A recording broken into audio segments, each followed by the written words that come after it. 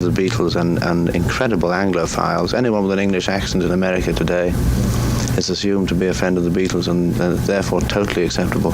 I get better service in an American hotel than anywhere else in the world, and that's saying something. And it wasn't just the kids hanging.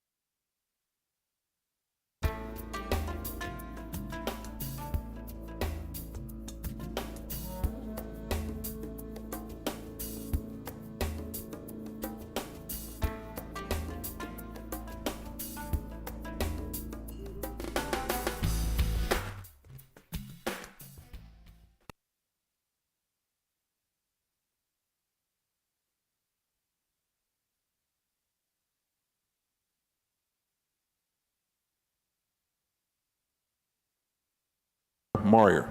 Okay. All right. We have five pieces we're going to hear this morning of legislation before we get into our presentation by Property, Parks and Maintenance. Can Public Works please come to the table?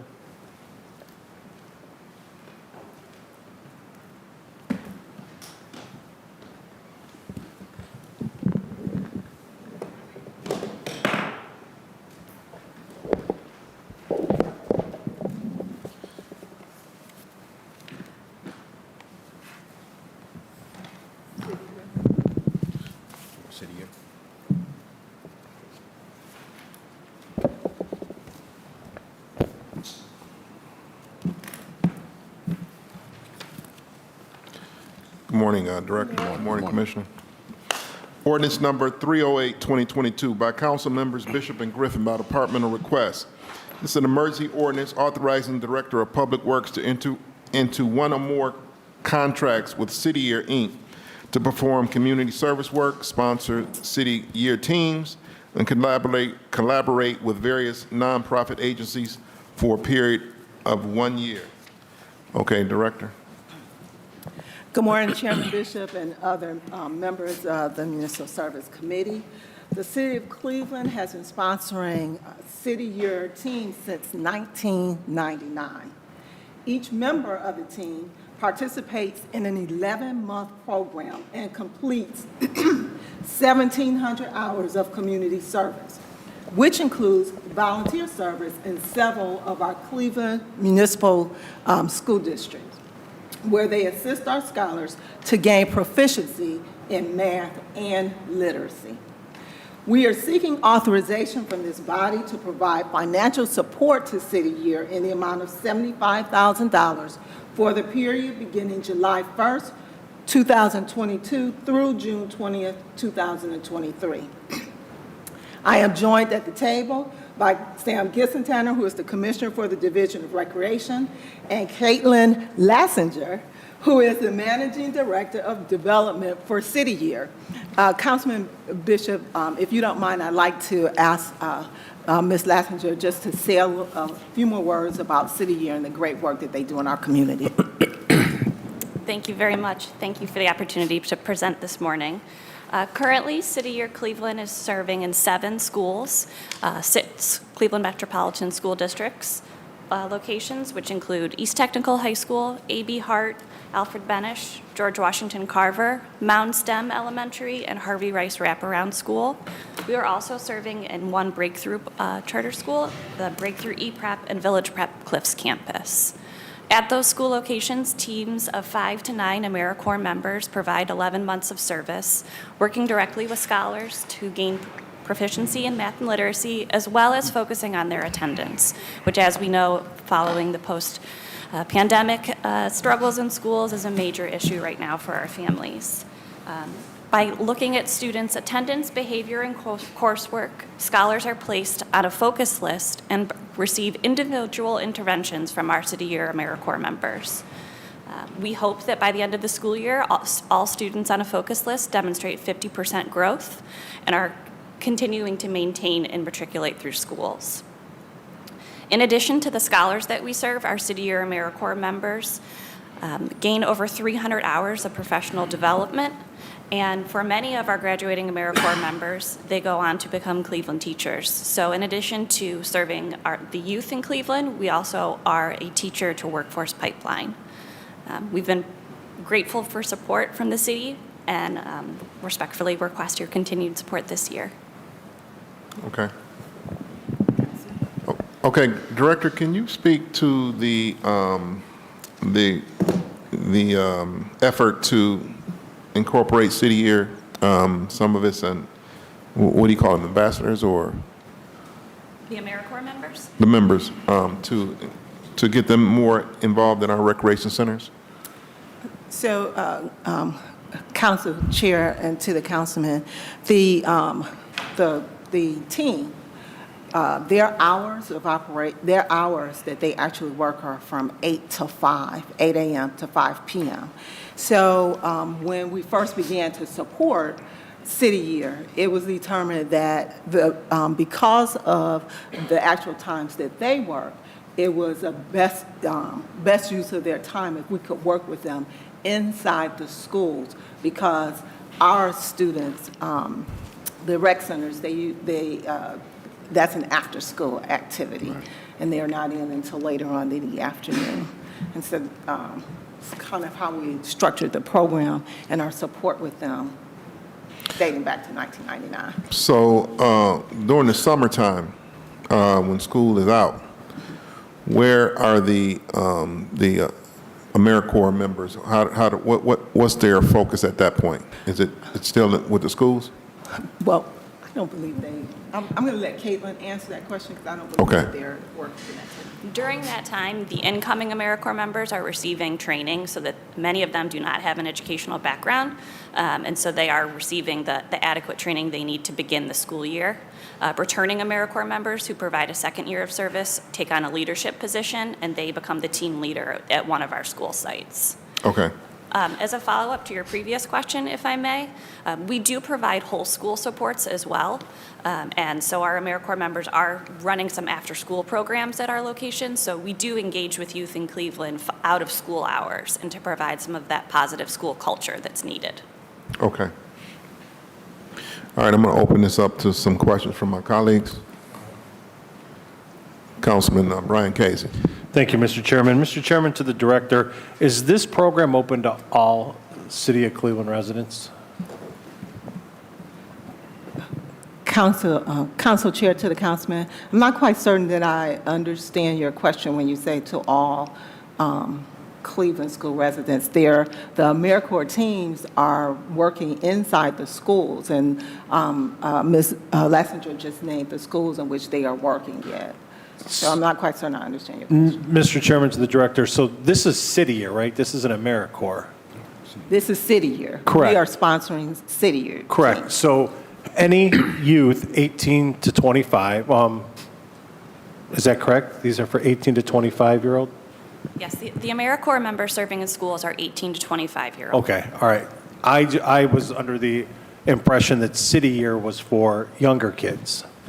So the AmeriCorps members who are 18 to 25-year-olds serve in Cleveland schools to provide service to Cleveland students.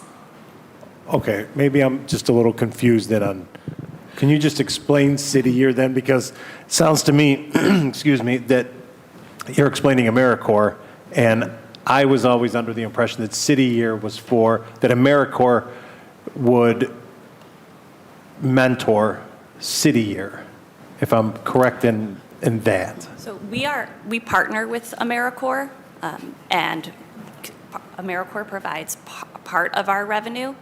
We also have our own private revenue that we raise, and there's a match that is required through AmeriCorps. So the AmeriCorps program is what we partner with to recruit those 18 to 25-year-olds. Okay. And then they provide service in Cleveland schools. So then anybody 18 to 25 in the city of Cleveland, a resident of the city of Cleveland, is available to participate in this program? Any 18 to 25-year-old across the country is able to. Okay. So City Year Inc. nationally has 27 sites, and although we recruit heavily in the city of Cleveland, and that's our primary focus, we do attract candidates from other cities as well. All right, okay, thank you, Mr. Chairman. All right, thank you, Councilman Casey. All right, is there any objections to ordinance number 308, 2022? Seeing no objections, ordinance number 308, 2022 is approved. Thank you. Ordinance number 310, 2022. By council members Bishop and Griffin by departmental request, an emergency ordinance authorizing the Director of Public Works to employ one or more professional consultants to provide all external landscape maintenance services and trash and debris removal at Highland Park Golf Course for a period of 1 year. Okay, Director. Council Chair and members of the committee, this legislation is necessary in order to maintain the 36-hole golf course and surrounding landscaping at the Highland Park Golf Course. We are seeking authorization to employ one or more professionals to provide maintenance and care of the greens, teeing surfaces, fairways, roughs, bunkers, practice areas, shrubs, decorative plantings, and trash and debris removal. The golf experience has improved over the years as reflected by the nearly doubling of the number of players at the golf course, from 18,530 in 2019 to 35,654 in 2021. We have also experienced an increase in league play. We only had 18 leagues in 2019, and we had 28 leagues in 2021, and we're looking to surpass that in 2022. And most importantly, our revenue over the same time period has also increased. In 2019, we had earned $414,000, and in 2021, it was over $760,000. We ask this body to approve our request and welcome any questions that you might have. Okay, Director. So, Director, this is there any kind of, what's the amount of this contract? The council chair and councilman, the previous year contract was at $755,000. We will be seeking requests for proposals to determine the amount for this period. Okay, is it going to come in somewhere in the neighborhood of what it was last year, or do you expect it to be more? We expect for it to come in the approximate sum of where it was before. Okay. All right, I want to open this up to questions from my colleagues. Councilman Brian Casey. Thank you, Mr. Chairman. Mr. Chairman, to the Director, every year at budget hearings, we have this robust conversation about whether or not we should even be in the business of maintaining a golf course. And every year it comes up that, the city has to float about $1 million a year to maintain the golf course. And this contract, is this, Mr. Chairman, to the Director, is this the only contract for Highland Golf Course that the city has? Council Chair and Councilman, we also utilize, in addition to the services from this landscape, the staff that we utilize for our cashiers inside the golf course, we use those through a temporary hiring agency rather than employing full-time employees. So, Mr. Chairman, to the Director, aside from this $755,000, could you just guesstimate or approximate what the additional dollars are that we put out if it's just seasonal help?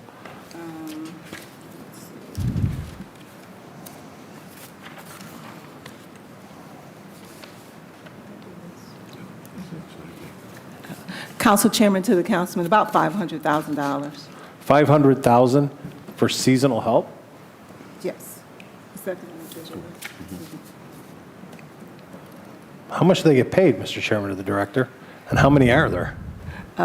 Councilman, Council Chair, to the Councilman, I do not have with me a breakdown of the number of employees that we utilize at the golf course. We certainly could provide that to you. All right, Mr. Chairman, can we ask for that? Or can we request that follow-up information? Okay, all right, duly noted. All right, so approximately $500,000 in seasonal help and $755,000 for the contract. And Mr. Chairman, to the Director, you indicated that the revenue from 2021 was approximately $760,000. Council Chair, to the Councilman, yes, that's Okay. correct. And then, Mr. Chairman, I'm just going to make a mental note here. When we come into budget hearings next year, it's something that we need to keep an eye on, because if we're being told at the table during budget hearings that it's approximately $1 million loss, something's not adding up with these numbers to that number. So if we can just, Mr. Chairman, at next year's budget hearings, if we can just make a mental note to see, I'm glad the revenue is going up, because we don't want to see the city lose anything. Hopefully, one day it'll become break even at least for us, if not a revenue generating thing. Thank you very much, Mr. Chairman. Thank you. All right, thank you, Councilman Casey. Director, next time we come to the table with this, we expect to see a profit, right, at the golf course, right? So we can end this conversation. All right, is there any objections to ordinance number 310, 2022? All right, seeing no objections, ordinance 310, 2022 is approved.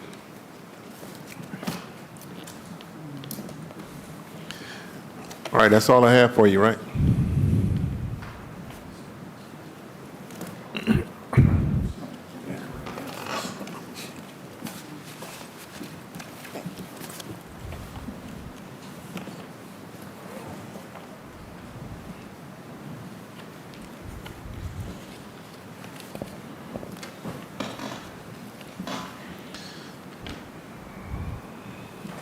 Good morning. Good morning. Ordinance number 306, 2022 by council members Meyer, Bishop, Harrison, and Griffin by departmental request, an emergency ordinance giving consent to the city of Cleveland to the county of Cuyahoga County for resurfacing of Grant Avenue from East 149th to East 71st Street, authorizing the Director of Capital Projects to enter into an agreement to apply for and accept allocations of county motor vehicle license tax funds and to cause payment to the county for the city share of the improvement. Okay, Director, you want to speak to this piece? Yes, Mr. Chairman. So this ordinance grants consent to the county to construct the improvements on Grant Avenue from East 49th Street to East 71st Street. And as you mentioned, to cause payment for local share to the county, estimated at $36,000. And to authorize the Director of Capital Projects to enter into one or more agreements with the county to make the improvement. The improvement includes asphalt milling, pavement base repair, asphalt resurfacing, installation of ADA compliant ramps. And this is in total 0.88 miles in the city of Cleveland and the village of Cuyahoga Heights. And the design of the project is planned for October of 2022 through December of 2023 with construction in 2024. Okay. All right. I have no questions. Is there any questions from my colleagues about ordinance number 306, 2022? Is there any objections to ordinance number 306, 2022? All right, seeing no objections, ordinance number 306, 2022 is approved. Okay, ordinance number 305, 2022 by council members Polincic, Bishop, and Harrison, and Griffin by departmental request, an emergency ordinance giving the consent to the city of Cleveland to the county of Cuyahoga for the resurfacing of East 200th Street from Mohican Avenue to Lakeshore Boulevard to apply for and accept allocations of county motor vehicle tax license tax funds for the improvement, authorizing the Director of Capital Projects to enter into relative agreements and causing payment to the county for the city share of the improvements. Okay, Director. Yes, so Mr. Councilman, this legislation grants consent to the county to construct the improvement on East 200th Street from Mohican Avenue to Lakeshore Boulevard to cause payment for local share to the county for the estimated cost of $65,000 and to authorize the Director of the Mayor's Office of Capital Projects to enter into one or more agreements with the county to make the improvement.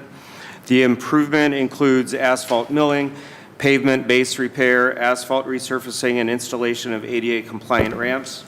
The project is approximately 1.3 miles in the cities of Cleveland and Euclid. The design will, just like the other projects, start in October of 2022, and construction will be in 2024. Okay.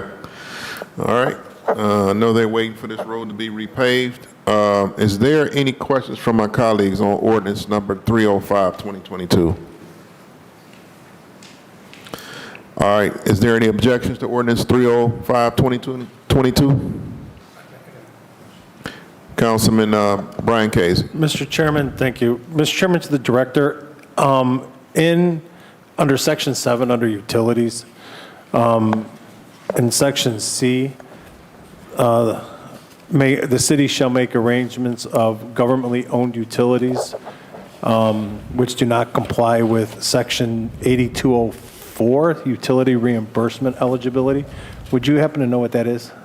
Or to the commissioner? To the chair, to the council member, typically on projects like this, if there's utilities that have to be moved, the city arranges that to be done.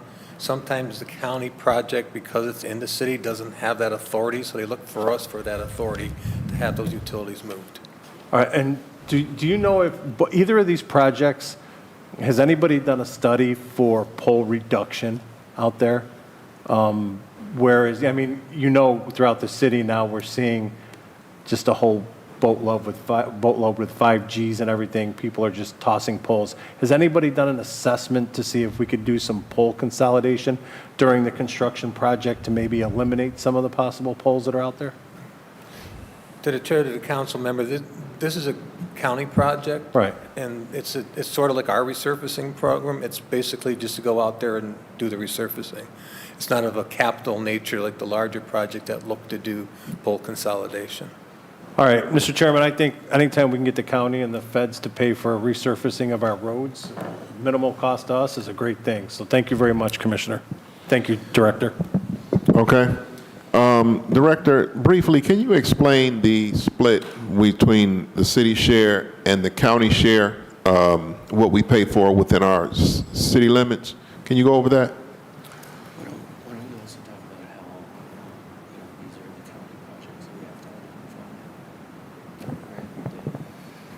To the chair, sorry about that.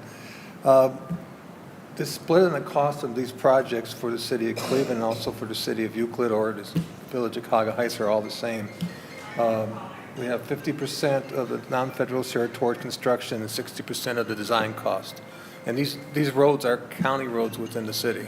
So it's really a nice thing to have them do this type of work for us. Mm-hmm. Okay. All right. I'm going to go to Councilman Joe Jones. Mr. Chairman, to the director, can you make available a listing of all the county roads in the Ward 1 area? Thank you. Yes, sir. Thank you. Okay. All right. Is there any objections to ordinance number 305, 2022?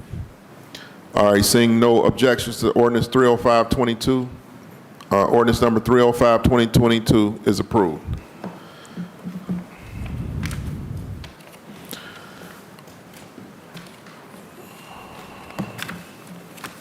Ordinance number 309, 2022, as amended by council members Conwell, Bishop, Hairston, and Griffin by departmental request, an emergency ordinance authorizing the Director of Capital Projects to apply for and accept state funding for the rehabilitation of portions of Chester, Stokes, and Martin Luther King Boulevard, Junior Boulevard, adjacent to the Circle Square development, determining the method of making the public improvement, and authorizing the Director of Capital Projects to enter into one or more contracts for the construction and design, to accept gifts or grants, authorize other agreements, authorizing the Commissioner of Purchasing and Supplies to acquire real property and easements. Okay, Director. Mr. Chairman, I'll go through this ordinance, but I wanted to introduce our guest. Steve Rubin is to my right, and he's representing the development team for the Circle Square development. And then next, I did want to note that we do have an amendment to this ordinance. Right. So, and I believe I have to read it so in the title, line 4, and in section 1, line 3, after Stokes, insert reserve court in both places. Simply an error that we left out reserve court in the ordinance when it was drafted. So this legislation authorizes the Director of Capital Projects to enter into one or more contracts to make the public improvement, one or more professional services contracts, and to enter into agreements with public and private entities, and to accept funds, to apply for and accept grants, and to authorize a division of purchases and supplies to acquire, accept, and record any land needed for making the public improvement. This ordinance relates to the Circle Square development, which is a $300 million roundabout project of mixed use, including a new library and public parking garages. And this project also implements traffic calming elements that have been the goal of University Circle and the city for quite some time. And generally speaking, the development project is along both sides of Stokes Boulevard between Chester and Euclid. So this particular project is the relayout, meaning reconfiguration and reconstruction of 0.29 miles of Chester Avenue and Martin Luther King Jr. Drive. The relayout and reconstruction of 0.11 miles of Reserve Court from East 105th Street to Stokes Boulevard, and resurfacing of 0.12 miles of Stokes Boulevard between Euclid Avenue and Chester Avenue. So this project will be split into different phases, and the first phase of construction would start this summer with some sidewalk improvements along Chester Avenue. And we're here to answer any questions about the roadway project or about the development project. Okay, all right. Sorry about that, Director. All right, so first, let me read the amendment. It's ordinance number 30922 as amended. In the title, line 4, and in section 1, line 3, after Stokes, insert Reserve Court in both places, okay? All right, I have spoken with Councilman Conwell, and he is highly supportive, and he speaks highly of the company that's doing this. He wants to thank the company for just doing positive things in the community. So I've spoken with Conwell. He's fully supportive. I'm going to open this up to questions from my colleagues. Is there any questions on ordinance 309-2022? Councilman Joe Jones. Thank you, Mr. Chairman. To the Director, listed on the actual legislation, if you could just go over this for me real quick, make sure I understand this correctly as relates to the financing breakdown for this, this piece, and then also clarification. We're talking about a relayout or reconstruction of less than 0.29 miles. How much is actually overall being invested in this project? Is it the totals we see here, or is there other investments that are going to be made as well? Through the chairman and the councilman, the totals that you see here are for the infrastructure investments in the streets and the sidewalks. And part of the reason why it's a small construction area but high cost is because we're relocating where the curbs currently are. In some locations, such as on Chester Avenue, we're actually going back to more of a 90-degree angle instead of the curve that's there currently. And so there's some additional cost when you're bumping out the edges of the curbs and creating a different alignment for the roadways. So we're actually bumping it out. Now, are we bumping it out to make it, I mean, because it sounds like the program here is saying make this whole entire concept much safer and calming. So is it the bump out that will do that? Or, I mean, because I'm looking at the map, how does that work? I don't have a comparison and contrast. So there's a couple things happening here. The bump out is one of the things that's making it more calm by having cars having to, not just roll right through an intersection, but have to actually make a purposeful stop and turn. The other thing is there's a narrowing. There's widening and narrowing of certain roadways and the removal of the cut through the what is that called, Steve? The little cut through that comes through the, you don't remember that? Yeah. Oh, Liberty. Liberty. There's a little cut through called Liberty that's being removed. And all these items are really to increase the pedestrian safety, but also create the development site that's needed and allow for this development to bridge the gap between the Cleveland Clinic location and the University Circle Lagoon location. And I'm also where it talks about the cost of the construction and everything, there's a number of figures there. What is the total add up of this cost to do that work? 8.8 and change. 8.8 million in change. Okay. And what is the breakdown from, as relates to what is being paid for, as relates to the bridge bonds and utility funds and grants? What's grants, what's bonds, and what is utility funds? Through the chairman of the councilman, so the city has not agreed to fund all 8.8 million, but we've agreed to go after other funding sources from ODOT to assist the developer with these costs. So this ordinance allows us to go after, apply for, and accept grants and other funding sources. The phases 1A and 1B that you see here are that will be on the bond ordinance list when it comes to council later in this year.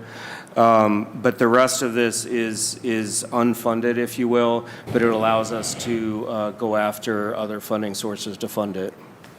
And that won't come back to us so we can review it, the way this legislation is set up. Does it? That's correct. Now, I know normally in the past, and I know that things have changed during the Jackson's administration quite a bit, but normally when you would go out, you would always come back to the council for approval. We'll have a better understanding where those finances and where those funds actually came from. But with this right here, we're approving exactly just the bonds. What are we approving in terms of financing from the council side? And that breakdown is not here, Mr. Chairman. It should be here.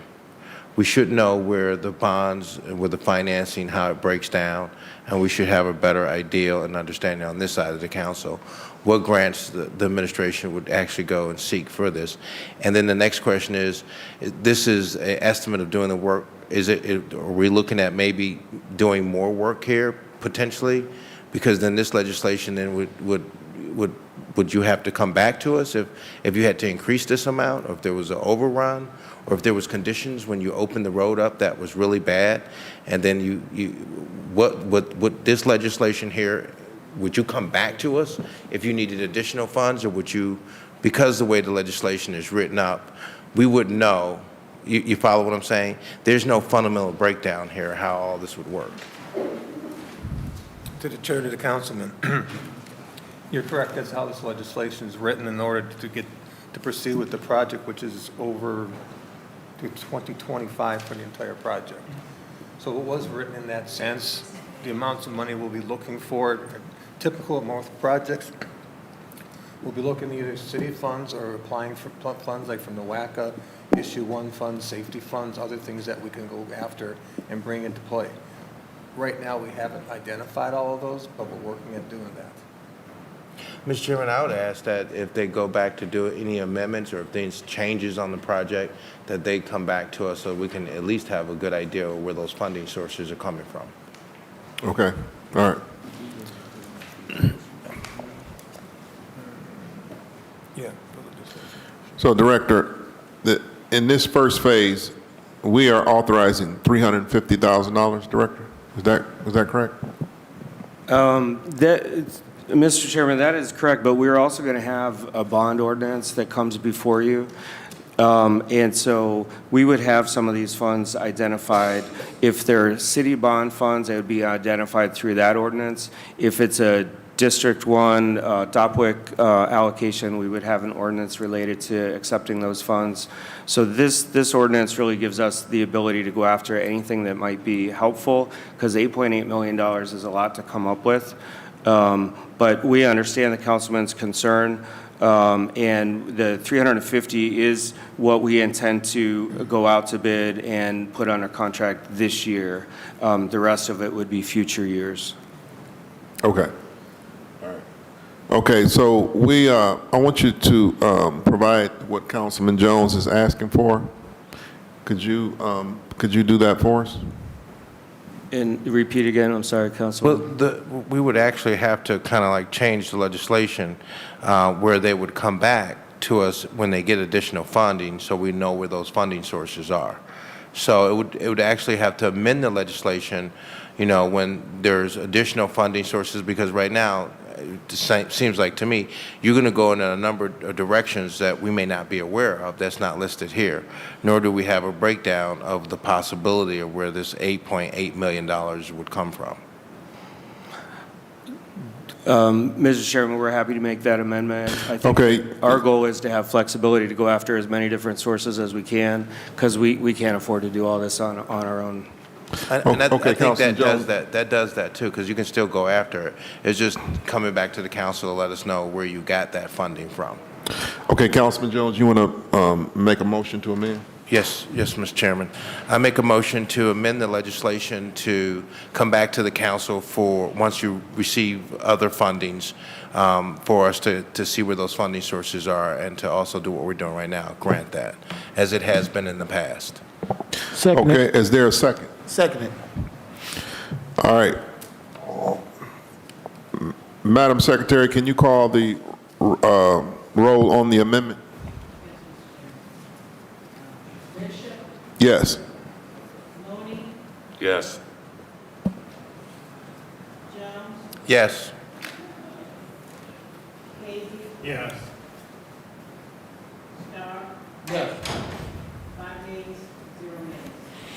Okay, all right, so we'll pass this as amended.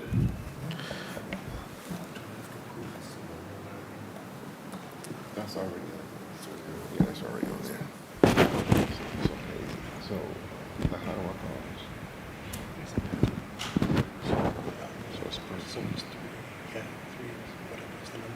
Three on it.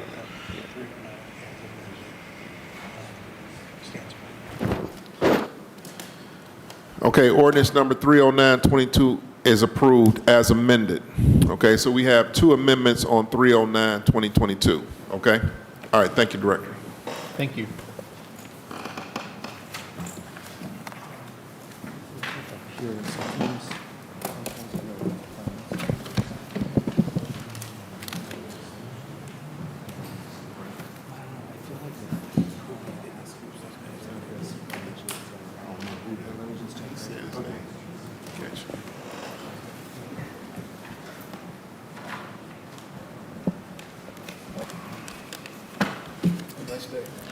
All right, thank you.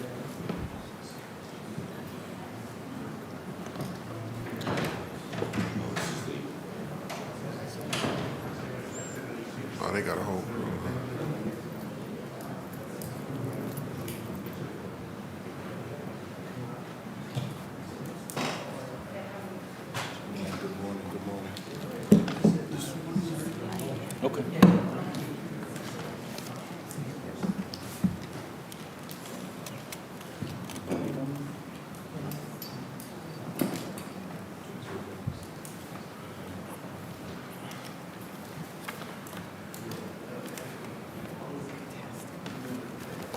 Thank you, Mooney. Oh, everybody here already knows this.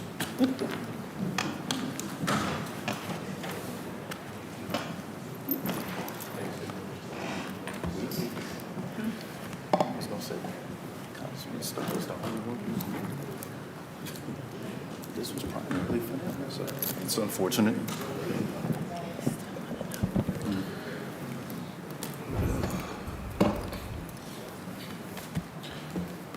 All right, Commissioner, are you team's ready to go? I am ready to go. Good morning, good morning. Good morning.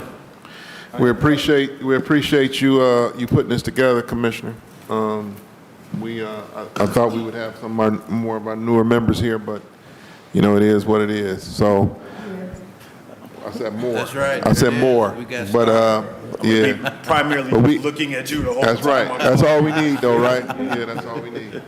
All right, let's go ahead and get started. All right. We always count on Councilman Jones. I'll take that, Harrison. Again, good morning. As you know, I'm Commissioner Tony Scott, Commissioner, Division of Park Maintenance and Properties. You obviously know our Acting Director, Director Johnson, and it's our Assistant Commissioner, Commissioner Toy Porch. So, Commissioner, what's her name? Toy Porch. Ms. Porch.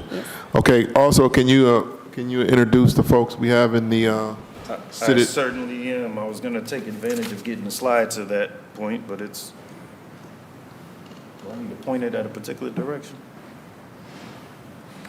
Hey, Kim, can we have an issue with this little?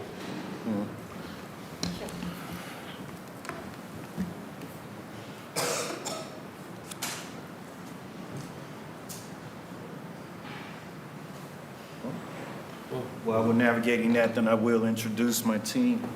So we have with me, from right to left, Todd Alexander. He's the manager of park maintenance and vacant properties. Next to him is Perrin Verzi. She is the manager of our greenhouse. Next to her is John Novak, who is the cemetery manager.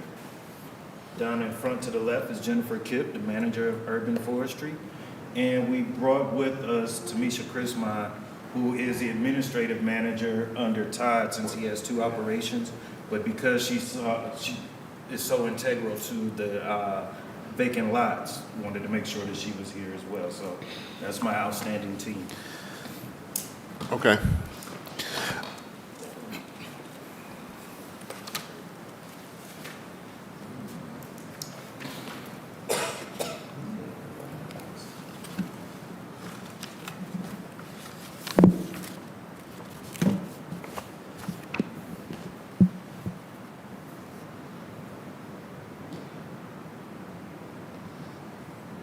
Here we go. Thank you, Kim. So just general information about our staffing and our budget. We're budgeted for 509 total employees. 142 are full-time employees, seasonal and temporary at 367. Now, to clarify, seasonal means that they are employed by the city of Cleveland, but they only work during certain seasonal operations, and then they may bid to go to another location, or they may go fishing, I don't know. And temporary is just that the employees that we get through the Snyder Blake temporary agency, at least that's who has the contract at present. Budget, and it's through the 3 different types of funds that we have accessibility to, just $21,198,590, comprised of those 3 different funds: the general fund, CDBG, and small enterprise, our cemetery operations. And we've obviously all talked about those here recently through the budget hearings. So just kind of to give you a visual, and obviously I didn't attempt to break this down to all of our staff, but just as far as the management. So again, myself, Commissioner Porch, the 4 managers, and the way it's structured, park maintenance and vacant lots are the same entity. And again, Ms. Chrismon is the administrative manager that's over the vacant lots and structures and dumping program during the time that we perform it. So cemeteries. Wanted to make sure that you had the name and at least the contact information on the slide, so if you need to call, you'll see that for the managers of each section. So we have 14 cemeteries for the city of Cleveland. Burials occur at all 3, but we only have presently burial spots at these 3, Alger, West Park, and Cleveland Memorial Gardens.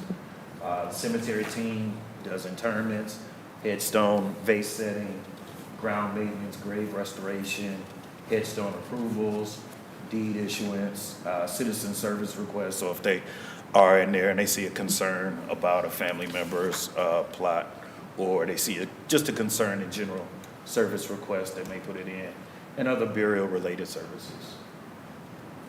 Last year, 2021, they performed 1,511 interments, completed 1,339 service requests, set 933 headstones, and then they also returned to the maintenance of the cemeteries. Previously, it was all under park operations, so now they have staff and equipment that they use seasonally in order to be able to maintain their own cemeteries. Greenhouse, again, Perrin, there's her phone number. free public garden. If you have not gone, I encourage you to go. I admit that before I took over these operations, I had no idea about the resource, the hidden gem that the Rockefeller Garden is. I've said it to parents before, I'll say it again, it is beautiful. So I've even sent family members there. Never thought I was that guy, but apparently I am. Themed gardens, specialty plant collection, and seasonal floral displays. Open year-round, 10 a.m. to 4 p.m., including weekends and holidays. And again, 750 East 88th Street, Cleveland, Ohio. It's right off of MLK off the freeway. They maintain and grow all indoor and outdoor plantscapes for display at the greenhouse. They plant and maintain flower beds, City Hall, Public Hall, Willard Park planters and beds. Plants at the mayor's office, the council offices, and the special events. Again, they also take over maintenance operations during the summer, so mow, debris and trash cleanup, special event preparation, leaf removal, snow removal, other park-related tasks at Rockefeller Park. So that's the Cultural Gardens, Rockefeller Lagoon, and the Judge Capers tennis courts right off 105. Wedding photography can be performed there. You do need a permit, so give parent a call and she will work with special events team on security permit. Last year they grew 3,000 poinsettias for the holiday flower sale, downtown displays. If you've not had a chance to go out to the garden when the Friends of the Greenhouse put on that poinsettia sale, you should go check it out. Those flowers are beautiful and the proceeds go towards supporting it. So we'll make sure next year we do an even better job of getting the word out so you can get it out to your constituents. But it's a great event. Planted approximately 15,000 spring bulbs at the greenhouse in downtown. Set up seasonal flower displays in the greenhouse and again assisted the Friends of Greenhouse with the plant sale. Urban forestry, trees, because we know you all love trees. Inspect, plant, maintain, remove the trees along the right-of-ways. Assist in trees located in the parks, vacant lots, and structures and cemeteries. Service the trees for all city-owned buildings, police station, fire station, rec centers. Inspect and forward trees to a third-party contractor. So there's a lot of things that if we can't do it because we don't have the equipment, or if there's a certain proximity to electrical and communication lines, we have to send it to our contractor. And work with the Division of Sidewalks in assessing possible tree issues impacting sidewalks and sewers. So urban forestry was busy last year, pruned 3,500 trees, removed 774. I don't need to read it for you, it's all there, and I gave you a copy of it. So park maintenance, as I said, Todd is the manager over that section. Operates 12 months out the year, keep the maintenance of the parks, police districts, and the downtown footprint. Maintain a total of 172 parks, 5 police districts, and the downtown areas, anywhere from the Cuyahoga River to East 18th, Lake Erie to Progressive Field, and maintain the pedestrian, and bicycle paths. April to November, emphasis is on grass cutting. Trash check daily, all parks cut over a 2-week period. That's how long it takes to make that rotation throughout the city. We have an enhanced park program so that way repairs, benches, repaints, minor nuts and bolts. That way we don't have to use outside contractors or other divisions. That way we can save money by doing a lot of things in-house. December to April, leaf removal on basketball, tennis courts, pool decks, parking lots. And we also assist with snow operations during the summer. So the city buildings, rec centers, we're taking care of those during the winter months. Completed 20 playground enhancement projects, 32 ball field enhancement projects. Took over mowing, landscaping along the shoreway, ODOT. And we will take over Opportunity Corridor once the contract is done. Why?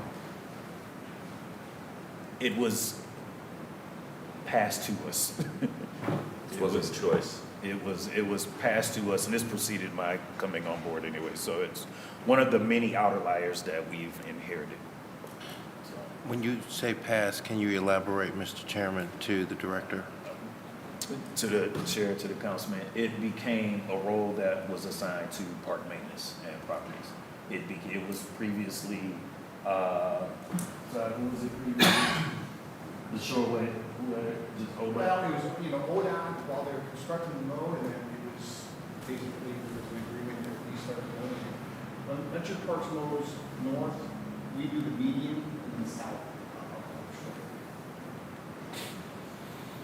There's a lot of agreements in which after it's been constructed, the service then becomes ours. So again, Opportunity Corridor is one of those things that we thought we were going to be staffing the operations this summer, but it's still being maintained. So until that's done, then it'll pass the park maintenance to maintain operations on keeping the corridor neat and tight. So, again, that's all of what Parks maintains, but we do find ourselves constantly learning of outer layers that existed, that maybe there was no agreement in place. We do the research. If it's ours, we take it on, we give it our due diligence to maintain, and if we determine that it was somebody else, we make sure that we don't just pass the buck, we find out whose responsibility it is to maintain. Vacant properties and structures, Ms. Chris Miles, the administrative manager over that section. So we did start our cycle last week, but as you know, we went from snow on Monday to 70-degree weather. Yeah, Commissioner, can you speak into the microphone? Sure. It's on already. Hear me? Okay. Yeah. So we did begin our operations last week. As we know, 28 weeks, estimated 4 cycles at 7-week intervals. The crews proceed systematically through the 17 wards, cutting vacant lots, City of Cleveland owned vacant lots and structures, as well as any privately owned lots or structures that we see need service. There's an average of 45 to 50 crews out simultaneously during the season. And the privately owned lots or structures that we do service, then we bill the owner for services. And I'll expound on all of this as we go forward. This year, we are trying something different to give greater levels of service. We're going to run overtime on our crews, weather permitting, obviously, throughout the 28 weeks. So we're going to run an additional 33 tractors and 33 trimming crews and 30 vacant structure crews. And again, I'll expound on that difference as we proceed. So whereas the crews are normally done at 2:30, they're going to stay out in the field, obviously breaks and lunch, so forth, but they'll stay in the field until 8:30 p.m. So when we say vacant lot operations, it's literally that. It's a vacant lot. There's no structure on it, be it because it's demolished or it was just a grassy knoll. We use the tractors to cut the lots. After the tractor completes the lot, it's then followed by the vacant lot hand crew, which 2 to 3 employees, weed whackers, trimmers, blowers, that are cleaning up what the tractor couldn't cut. The unit leader inspects the work within 1 to 2 days afterwards and either approves it, gets a satisfactory QA, or if not, then they have to come back and resurface it. For larger lots, then we may need to use multiple teams to come in and try and tackle it more aggressively and quicker. Vacant structures, it's unoccupied, and that's key, unoccupied. We'll talk about the difference in our operations between unoccupied and occupied in a moment. But it's an unoccupied structure that needs to be cut. Again, a crew consists of 2 to 3 employees with a mower, a trimmer, and a blower. Private lots, again, private structures, service them, bill the owner. The ward crews, which you're familiar with, you have an opportunity to fund a 2 to 3 man crew, which would then stay in your ward throughout the duration of the summer season, so that way you have an opportunity to utilize them as you need versus waiting for us to return. Occupied structure. So this is a key distinction. We do not cut on occupied structures unless the Department of Health has already gone out, cited it, and then gives us a referral. We don't have the ability to cut on an occupied structure minus that. So DOH inspects, they cite the owner, either give them a warning, a ticket, or a violation notice with a compliance period, and then they send that referral over to us and we get it assigned for a service. So this. Okay, Commissioner, can we pause briefly and get in a couple questions? Of course. Let me go to Councilman Brian Mooney first. Sure.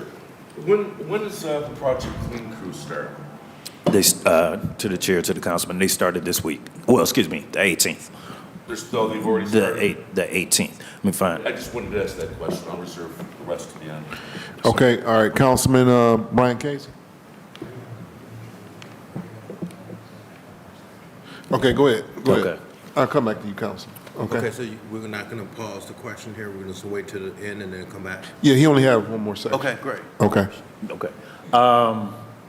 So these are the weekly work plans that are sent to the council office by Ms. Chrisman on Monday mornings, so that way you can get an appreciation of the wards and our movements that week. So if you see here, for example, this is last week, 418 to 422. So the wards that we started in were 17, 16, 7, 8, 5, and 1. And ideally, we would progress through those respective wards with the vacant structure crew, the vacant lot crews, and the tractor crews. So every week, this goes out to the council office. So as I've mentioned previously, whenever we do have to cut grass on a privately owned lot and an invoice is sent out for those services, on the back of the invoice is a protest form. So the person can obviously pay the debt, or for whatever reason they want to protest it, then they fill out that form. It comes to Ms. Brewster. When she receives it, they may have offered sufficient enough information to adjust it at that point. They can either wipe the debt completely, they can adjust it. Maybe we billed them for 2 parcels and it was only one that they own, or it can be denied outright. They've offered nothing that suggested they're not responsible for that debt. So then at that point, citizen has an opportunity to request a hearing. They may come in, bring some additional evidence, have some additional testimony to suggest that they're not responsible for the debt.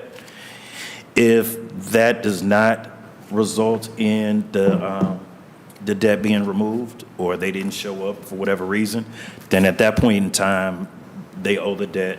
If they don't pay it, it is then certified to the taxes. Department of Assessment and Licenses will send it to the county, and then it becomes a part of the taxes. That's actually it.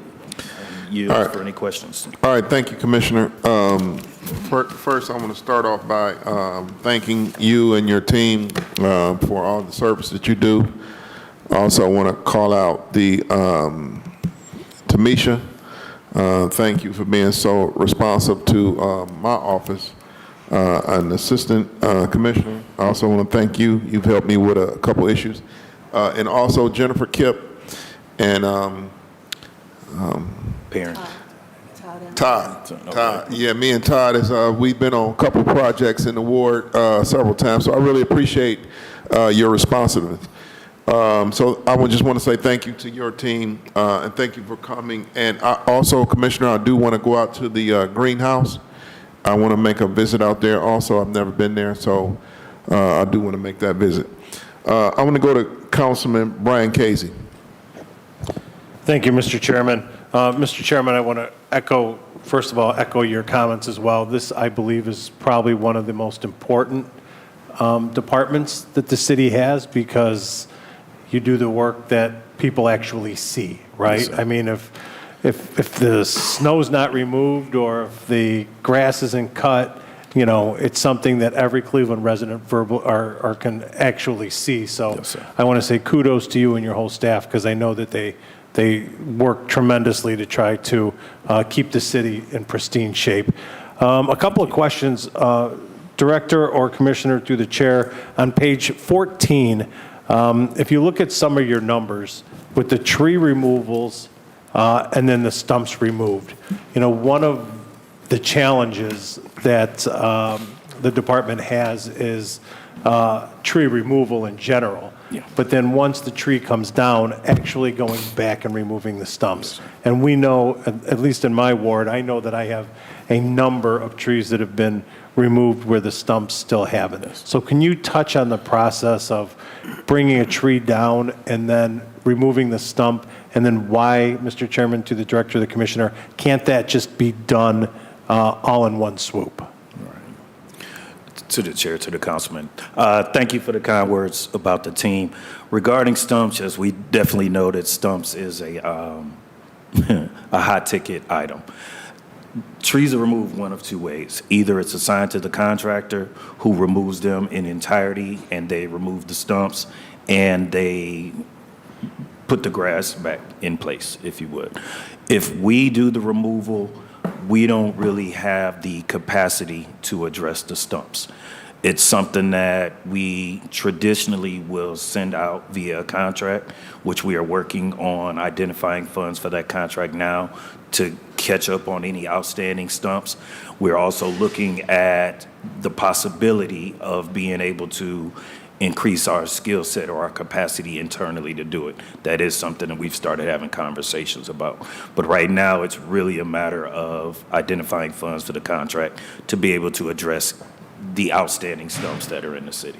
All right, and then once the stumps are removed, and I won't make a big issue of this at the table today, but the tree lawn restoration. Yeah. Right, the tree lawn restoration, and I believe more stumps are removed from the contractors than they are from the city, but the tree lawn restoration is not what you would consider up to standard or up to par when they remove. Okay.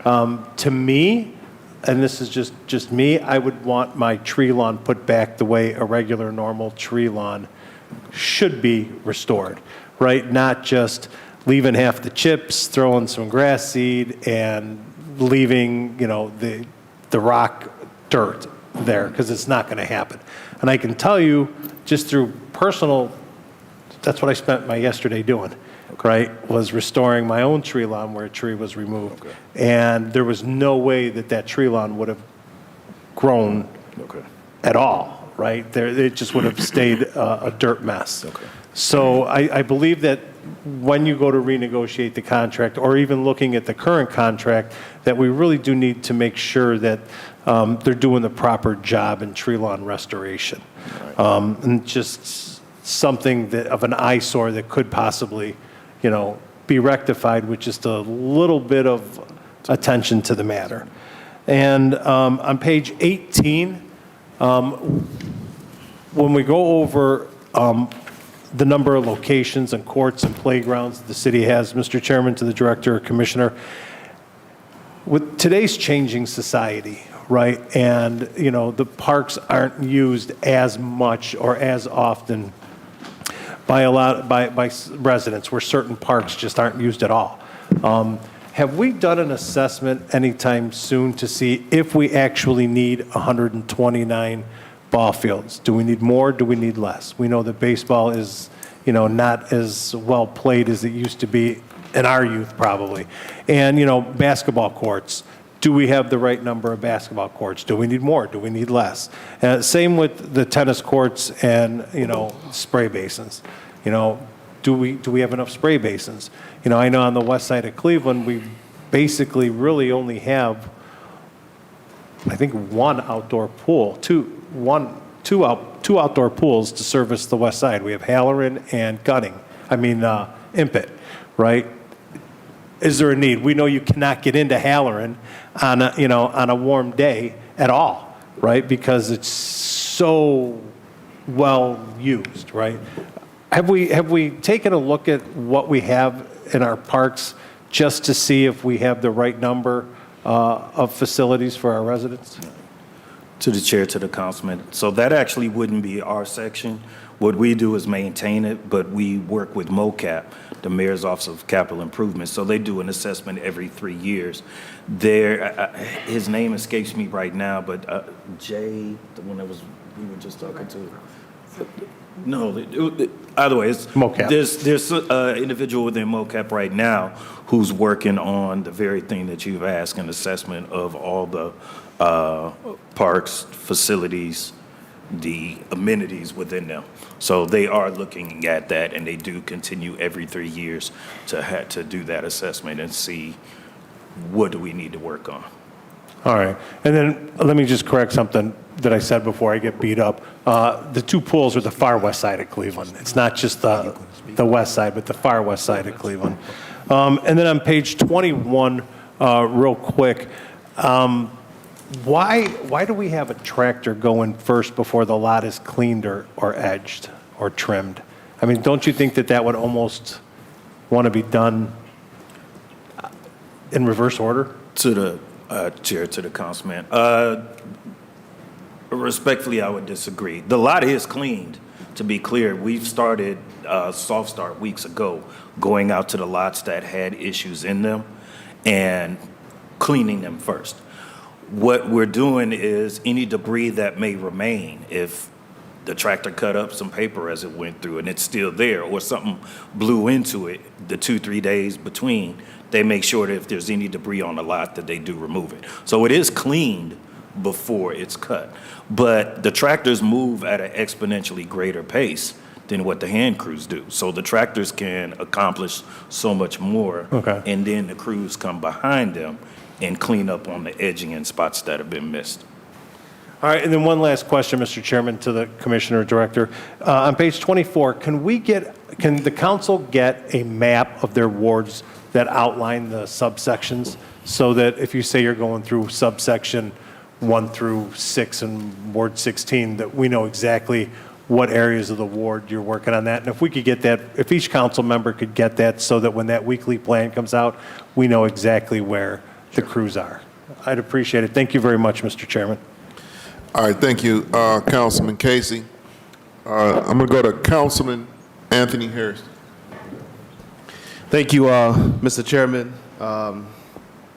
Thank you for bringing this fantastic team here this morning to share this information with us. You know, as you heard from my colleagues, thank you, Commissioner, for your leadership. We spoke through email. Assistant Commissioner Toy, good to meet you this morning. And just want to say thank you to your all-star lineup back there who, anytime my office is in need of something or I have resident on that text message or that email or that phone call, a commissioner has come out himself. In addition to Tamisha, Mr. Todd, Karen, Jennifer. Unfortunately, I don't have any cemetery in my ward, so good meeting you this morning, sir. But again, as we heard, you know, very responsive. When you send them something, you don't have to follow up 3 and 4 times. They get it done. So just thank you for your leadership and to this great team that you have sitting in here with us today. And I can't forget my rock star unit leader, Mike Ingram, who also supports you all as well to get it done. So thank you all for the work that you do on behalf of our residents. So thank you so much. Mr. Chairman, Councilman Casey asked one of the questions that I also had, well, requested I had, is for the map of the subsections per ward.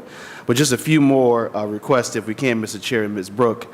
If we can get a list of the ball field and play field enhancement projects that were completed that we had on the spreadsheet, if we can have a list of those, and if you can break them out per ward, that would be even better as well. And also, the operation times for the greenhouse. I know that some people will maybe like to go visit the greenhouse, which is also in Ward 10.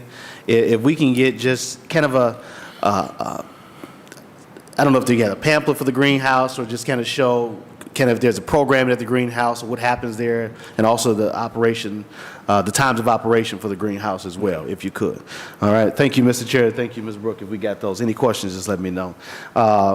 First, your slide talked about the cleaning. So through the chair to the commissioner and team, the cutting of the lots, the parks, happen on a 2-week cycle, correct? To the councilman, to the chair, yes. Thank you. And so through the chair, to the commissioner and the team, what happens with the cleaning of the pavilions or the benches that's also in the parks? I know the group goes out and cut the grass, but what about the cleaning of the play areas or the concrete picnic tables that's under the pavilions or even the pavilions itself? And I asked that question because you know, this past year and in years previously, in years past, you know, we've held meetings in the park or we've, you know, had gatherings. The police does ice cream socials in the parks. And we've gotten to some of these pavilions and there's either graffiti or marking on some of the wood in the pavilion or the picnic areas, or it is just nasty, right? You know, underneath. And so just if you can help the committee understand and those who are watching, how does the cleaning of the pavilions in the picnic tables and the benches, is that a cycle that they go through as well? Do they do that when they go out and cut the grass? How does that work, Mr. Chair? To the chair, to the councilman, those things should be getting policed daily. They should be getting policed daily. Not only, it takes 2 weeks to cut the grass, but the trash should be getting serviced every day. So they should be policing it as they see it. Things such as graffiti may take a few more days to address. That'll be part of our enhanced services, going in and having to paint it and to remove it. So those are things that we should either see proactively as we are out servicing them routinely, or if we were to get a call from a constituent or from one of your offices, we would address that as well. Sure. Thank you, Commissioner, through the chair. So when they go and get the trash daily, they are to inspect the pavilions as well to make sure that there's no spilled food or drinks that's left there that's gotten sticky and has brung bees and bugs and just all kind of things to the play area, which is what I'm hearing, right? Through the chair to the commissioner. To the chair, to the councilman, yes. Okay. They should be treating it like it's their own backyard. Sure. Thank you. And that's good to hear that. Have we done, through the chair to the commissioner, have we gone through yet the parks and kind of checked the pavilions and the play areas? I don't know if we started cutting there yet. Have we gone through, have done an assessment? You know, we had a few hot days already, and I'm sure, and I know people have been using some of the areas. Have we gone through to kind of check them out to see if they need to be pressure washed or power washed, cleaned up, any spilled items? You know, it gets sticky and nasty in some of those areas. And to the chair, to the councilman, again, it's a daily operation. Even during the snow, they should be out there making sure that the trash and debris is being addressed. Okay. So we're out there constantly. We're out there now. My team, my unit leaders, feet on the ground, foremen on the ground, know that these areas should be maintained in pristine condition. Sure. And lastly, on that comment, Mr. Chairman, and we power wash these areas too, correct? That's part of our advanced cleanup, correct? Okay. Thank you for that. Mr. Chair, also to the commissioner, lighting.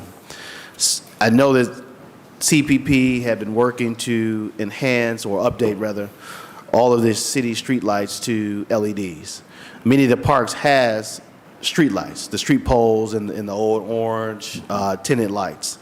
Can you tell us, Commissioner, through the chair, whether all of the parks have received enhanced lighting, or if you all know when the parks will be upgraded with the new LED lights? To the chair, to the councilman, I do not have that answer, but I'll get it for you. Okay.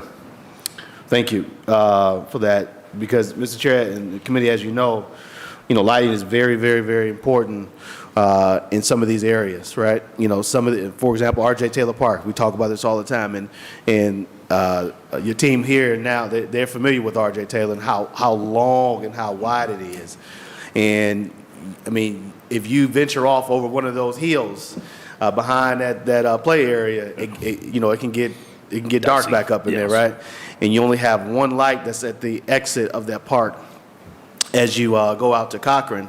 And if you come somebody wants to go through, or you get some kids there late night trying to get home when the street lights come on, it can be very dark in there. And so those LED lights, will really help, for safety. And even at night, residents who live, a lot of these parks that we have, residents' houses lined up along those fence lines, right where the parks are.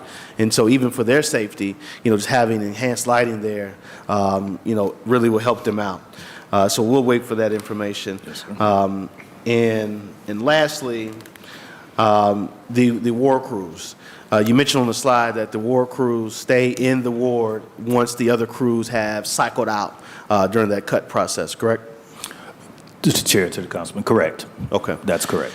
And what happens with the war crews who are not, if the regular cutting cycle is not in that particular ward yet? For example, if, through the chair to the commissioner and team, if the weekly work plans shows, because you're just getting started, that they are, 65th is working in Ward 5, and Ward 7 has a dedicated crew, is that crew is starting work in particular areas in that ward, since the larger crew has not come to their neighborhood yet? To the chair, to the councilman, if I'm going to restate what I think you're saying. Okay. Even if you have a ward crew, if you have Sure. a crew in 10, we haven't started 10 in our large systematic operations Sure. yet. Is your crew in 10 working in your section? Is that the question? Correct. Yes. Yes, they are working in your section. Okay. They would be deployed to work in your section. Sure. And lastly, Mr. Chairman, to the commissioner, I know they can only do so much by themselves.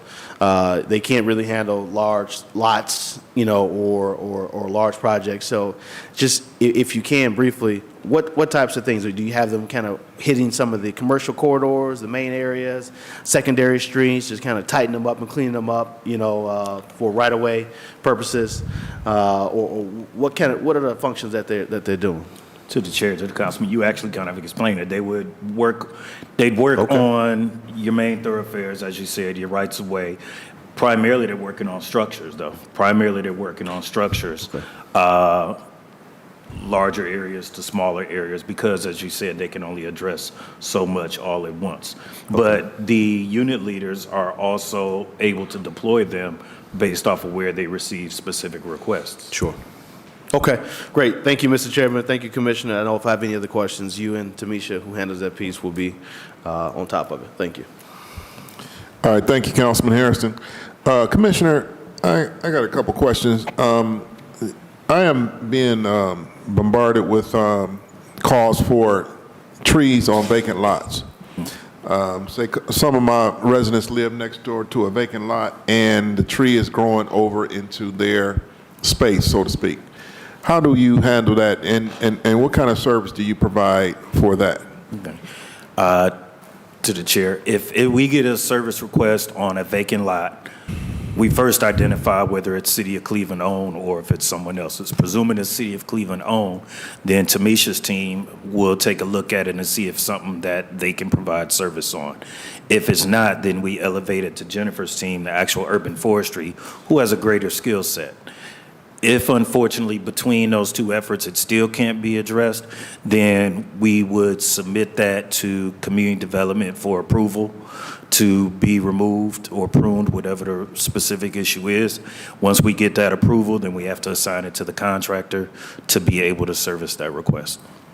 Okay, and also on vacant structures, a lot of the vacant structures are tremendously unkept, and it's a lot of bushes growing out, especially at corner lots. And I have a lot of corner lots where vacant structures, the trees are growing out and it's protruding and it's blocking the sidewalks, and it's also obstructing the view on the intersection. Do you handle those type of situations on vacant structures where bushes are just out of control? Bushes are historically, well, to the chair, bushes are historically not part of our services. However, if during the course of we've seen, I believe I was in Ward 1 actually last year, and there was some bushes that were protruding onto it, and I had the unit leader address it. So it's one of those things that if we see it as a concern, and particularly if it could impede traffic, if it could impede safety, then we make sure that we address those. If it's just aesthetically unpleasing, that isn't usually within our rubric. Okay. All right, I'm going to go to Councilman Joe Jones. Thank you, Mr. Chairman. First, just like this, start out, new season, new administration, and we don't have the same old regime that we've had before in the past. And I was quite not a happy fan about it, and I voiced it here at this table quite a lot. And but I do want to say that it's good to see that we have a fresh team here. And I hope that this team is going to be a little bit more focused on delivery of services. And I have been a proponent, Mr. Chairman, to the commissioner about getting more resources in your department to do the work. And, we were told, oh, we have it, we have everything. We don't need anything more. We have what we need. But then the calls kept coming in, streaming into my offices about vacant lots not being cut, vacant properties not being kept in a neighborhood where and in a city where we should be doing better.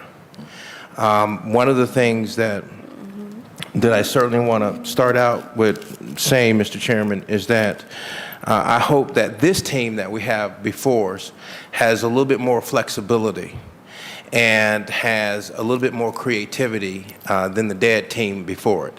And for 4 years, sitting here at this table, talking about the same issue, year in and year out, and not getting it resolved, told me that this administration that was before this didn't care about the citizens of our neighborhoods like they should have.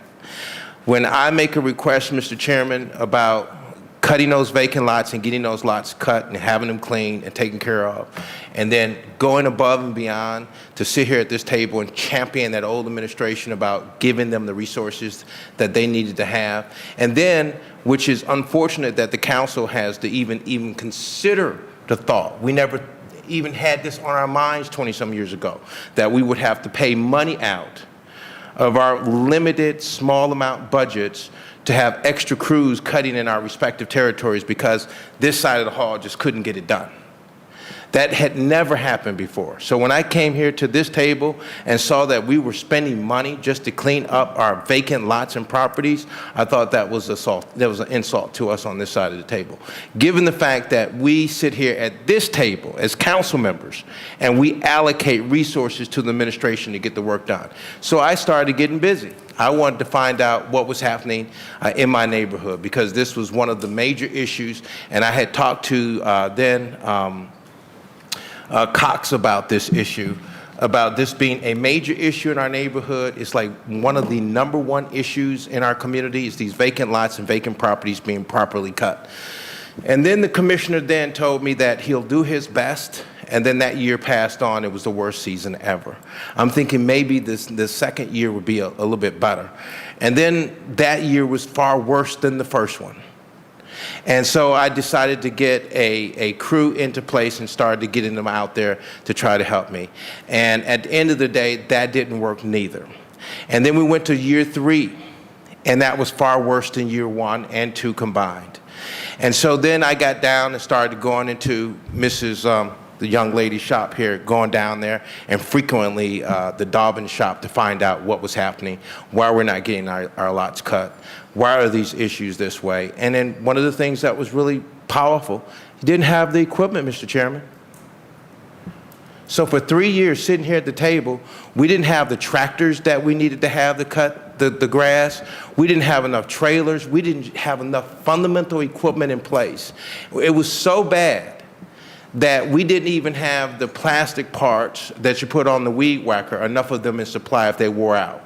If a lawnmower went down, a crew was just sidelined. So it's still money that the city is paying out for that crew, but that crew can't do anything because we didn't have another lawnmower ready for action. So, Mr. Chairman, when I went down there, my eyes were bound open.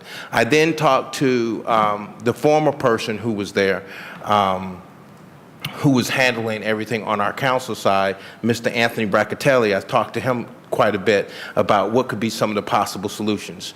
And so, Mr. Chairman, I'm hoping that this administration here, and I will ask the question, Mr. Chairman, to the Commissioner, do we have enough equipment to do the work that we need to do to take care of our neighborhoods? To the chair, to the councilman. I've had conversations with our acting director and with our new chief, Chief T1, about equipment and purchases that we would like to make, as well as staffing concerns. So they're aware of them, and we're working on solutions. I see. So when we talk about equipment, how far are we behind on that? Because I know that the last administration, you know, we gave them the money here at this table, but it took them forever to get that money to trickle down into your departments. I remember following some of those funds. Okay. And so I'm not sure, you know, what you need, but Mr. Chairman, I'll say this to the new commissioner, I think we should give him everything and their team, whatever it is that we need to give them so that they can do an outstanding job. Because the issue is, if our neighborhood looks vacant, especially on the east side of the city of Cleveland, if it looks vacant and abandoned, people are not going to want to come move over there.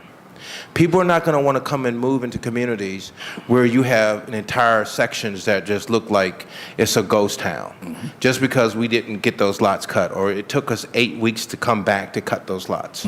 And so, Mr. Chairman, I know that in your neighborhood, in my neighborhood, we have been hit hard over the last 5 years because of the amount of vacancies, as well as the amount of properties being torn down and the number of vacant lots that we have. So I'm glad to hear that the administration is working on that. Did we have enough money, Mr. Chairman, to the commissioner to put into that department so that we could increase those funds? To the chair, can you restate that question? Did you get an increase in funding for your department? To the chair, to the councilman, I've submitted a request to the administration for what we think we need for enhanced services. So that's being discussed by the administration. I see. And so, Mr. Chairman, for our neighborhood, in terms of our parks, I do want to say this.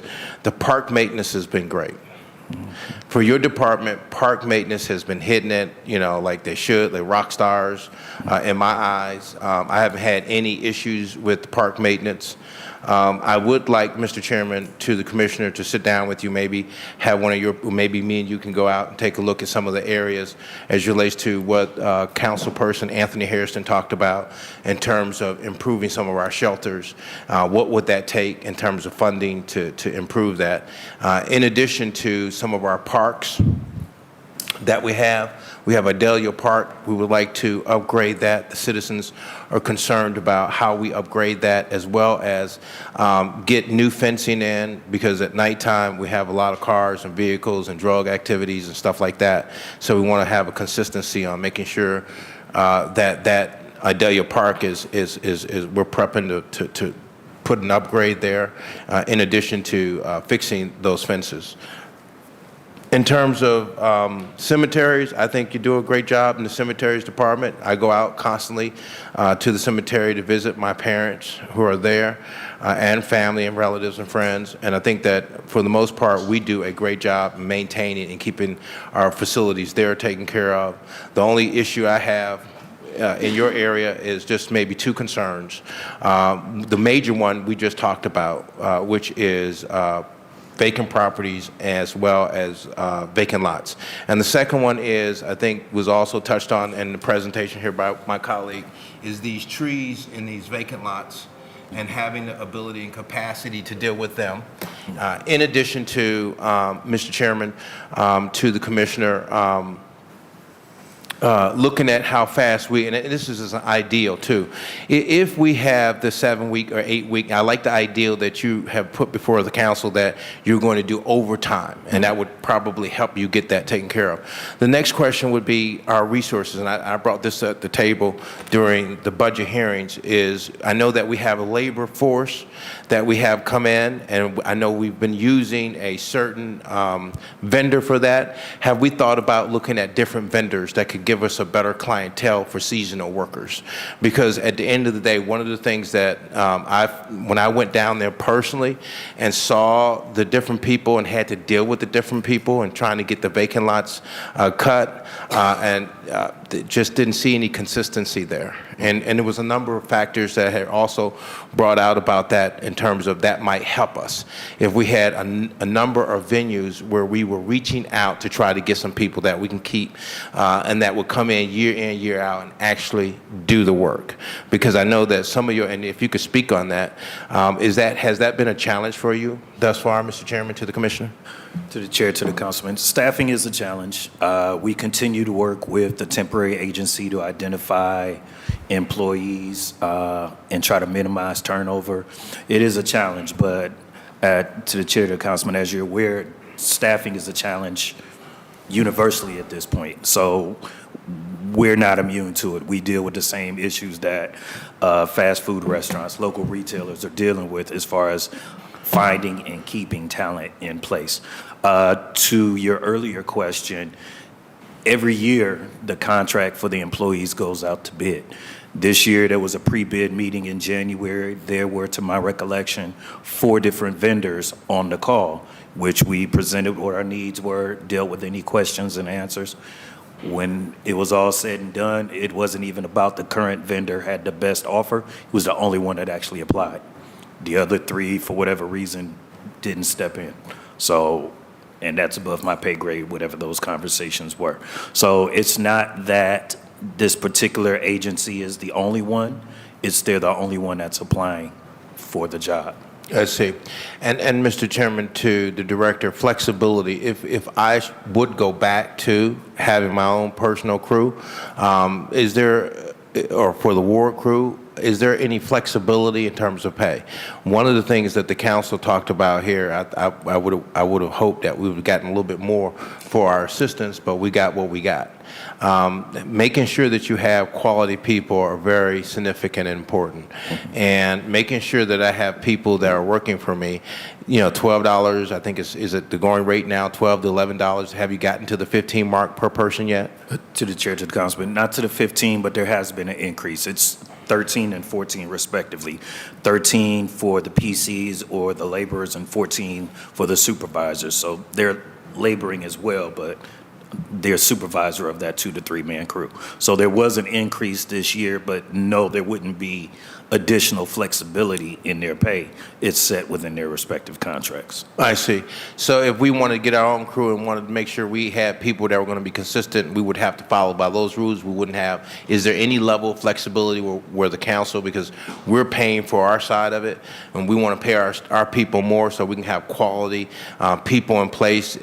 I'm looking, Mr. Chairman, to the Commissioner, finding some way where we can get to that area where I can attract good people that when they're out there on that road, I don't need to babysit them. Right. And so, Mr. Chairman, part of our issues is having people who, and that's the reason we're talking about the staffing scenario, is having people who have proper temperament, and that's hard to find, and people who are going to come to work ready to work every day. That's another problem that I found when I was down at the Dobbin station, is having consistency, having people who are going to be on time, and having people who can do the work. Because, Mr. Chairman, one of the things I did find that I thought was really good that was instituted was they all have these pads. And so that way, I don't know if you still have the pad system. That way, you can track where your people are, your crews is at. You can know how many cuts they're doing. I thought that was a really great fundamental program to have in place. The problem is having the people who are capable of following those instructions and actually going through that entire process and making sure that's done. And I didn't find, Mr. Chairman, that we had a total adequacy there in place, you know, especially with some of the newer folks who had gotten in play, or maybe even some people who were 2-year-olders. But with that being said, that would be my concern, is is personnel. How do we improve that? And do we have flexibility if we create our own teams over here on this side? And looking for that flexibility, Mr. Chairman, and maybe that's something that we could sit down with the commissioner, maybe the law department, and start hashing that out to make sure that when we put teams out there, we know that it's going to happen. And so, Mr. Chairman, further, there was money that I had allocated to, and it's somewhere it got lost in the process. And so I would have to work with you, Commissioner, because I wanted to upgrade my crew to make sure they had the right equipment and equipment that wasn't going to tear down. So I had allocated an additional $15,000 at that particular period of time, and I don't know what happened to it. We were supposed to get a sit-down more, so that we can have our people go out there and hit that ground, moving and cutting those lots. So, and then also further, Mr. Chairman, to the commissioner, as we talked earlier, I have 250 contractors that work for me. And so one of the things that was really critical and important was putting together a real comprehensive program. You've already started with the tablet, but putting together a program that can really knock these cuts out and have them knocked out flawlessly. So it's the equipment you use, it's the trailers you use, it's the trucks you use, and what type of equipment and trailers, so that they are commercial graded. And I know some of your stuff is commercial graded. I've been out there. But having some of these systems work, and I don't have a problem, Mr. Chairman, letting you see how a day for one of our cruises work. These territories, Mr. Chairman, and I'm going to wind this up. These territories, these grass cuts that we're doing right now, I call them baby cake grass cuts. These vacant lots, I call them my mom and pop cuts, and they're 40 by 140s. Our guys get in there once we've done that clearing of the debris and gotten everything out the way. That first cut, that initial cut, sometimes takes our crews 45 minutes. But when we come back, we don't spend if it's a vacant lot, we don't spend no more than 10 minutes on that lot. And that's 2 men, not 3, 2. And if we do a property that's a vacant property, it spends us about the same time, 45 minutes. But when we come back to do that recut, it's 15 minutes. If it's every 2 weeks, then it's more time, only due to the fact that the grass has gotten taller.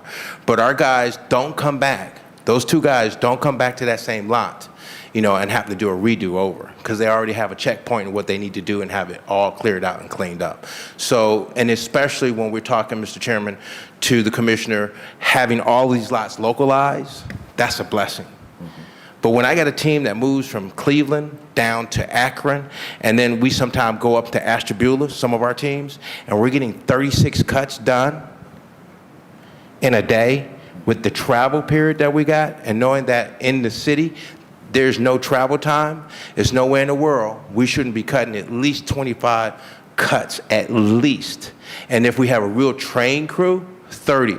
And so that lent me, Mr. Chairman, to talk to then your former boss and told him that maybe we should have a hybrid program in place that would help the department, where you guys could have contractors come in and do some of that work. That would empower our local young people who would like to get into grass cutting an opportunity to cut these lots at a far less price, and the city would not have to pay all of that overhead cost that we currently pay right now. So it would cut down on the overhead cost, it would cut down on our equipment cost, and all we will fundamentally be paying is the labor for that particular lot to be done. So, Mr. Chairman, that's my spiel. I'm excited about working with the entire department, and it is my hope that we can offer a better product and a very strong, robust service than what we have done, unfortunately, in the last 4 years. That, to me, in my estimates, have not been successful. And so with that, Mr. Chairman, I welcome the entire new team. I welcome the commissioner who's here right now, and the assistant commissioner, Mrs. Toy, and then also all of the staff that's in the back. I'm excited about working with each and every one of you. Our neighborhood wants to have high service. We deserve it. We want to go back to a period of time where we had that kind of service. And so I really appreciate the work that you do, because I know that the work that you do is not an easy task. It's very difficult because you're dealing with a whole different mindset now and a different process of people in the city than what you've had in years past.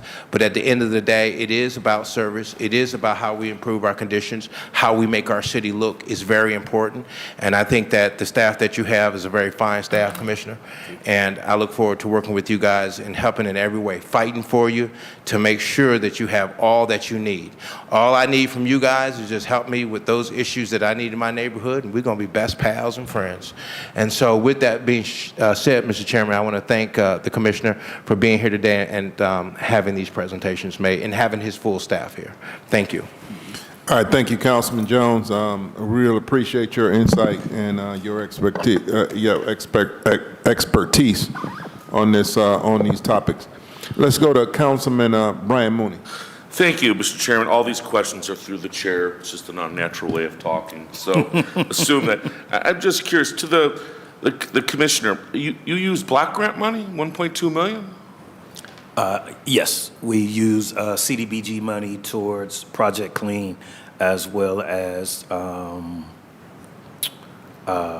forestry for tree removal on City of Cleveland-owned lots. Okay, so you can use block grant money for tree removal? CDBG. Block, that's it, that's what I'm saying, block Yes, grant. yes. So we get the funding approval for tree pruning and removal services on City of Cleveland lots through CD, who utilizes block grant. CD being community development, I'm sorry. Okay, and you also use it for Project Clean? Yes. But don't we have to pay with casino money? We have to, like, we're told we can't give you CDBG money to pay for our Project Clean crews. To the chair, I can't speak to that, sir. As far as how your funding is allocated, I can't speak to that. No, that's our funding, but we're told that you won't accept block grant money for Project Clean. So my question is, you're saying you use block grant money for Project Clean? To the chair, to council, yes, as you recall, that was that was the first of two budget hearings that we held here. Yeah. And that was for the CDG money, the enhanced services that we get for Project Clean. So we could pay you our Project Clean with block grant money? Is that what you're saying? To the chair, to council, no, I'm not saying that at all. That's not my place to say. I'm just saying, well, to your question, I'm not involved in any conversations as to how you can allocate your funding for your war crew, so I can't speak to that. No, I'm not asking how I can allocate it. You're saying that you use block grant money for Project Clean, right? To the chair, to the council, yes. So why couldn't we give you more block grant money? Why will you not accept block grant money from our Project Clean? I cannot answer that question, sir. Okay, that would have to go through the CD? Yeah, that's, how about we look into it and follow up with you, sir? Because is that what I have to talk to the CD? It's to the chair, to the guys. Through the chair to the councilman, my recommendation would be, because if you have been advised by someone within, if you've been advised by someone within your chain of counsel, then it's certainly not the commissioner's position to step on whatever advice that you've been given. But if you're looking specifically to utilize block grant money to fund a team for your Project Clean, and we know we're not going to settle that issue here right now at the table, why don't we, after this is done, have a conversation with community development, the folks from council, so then that way we can resolve any miscommunication to understand how your team can be funded. So who would I ask then? You? I would send that to you? I mean, Well, I'm just curious. well, allow us, Chairman to the councilman, allow us to inquire with community development so that we can get clarity, and then have a conversation back with you about the source, because you'd like to use block grant money. So because we can't answer that question for you right here, Sure.